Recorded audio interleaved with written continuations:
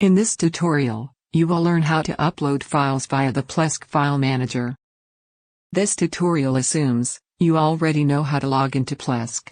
If you don't know, watch another tutorial how to log into Plesk. In the left sidebar of your Plesk account, click on the Files option. On the left side of this interface, there is a list of directories. Click to open the HTTP docs directory. In the File Manager interface, there are options at the top bar that perform different tasks. Go and click on the plus sign to open the drop-down list, and then click to select the Upload File option.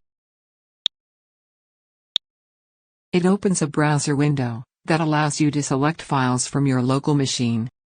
Click to select the file you want to upload, then click on the Open button of this window.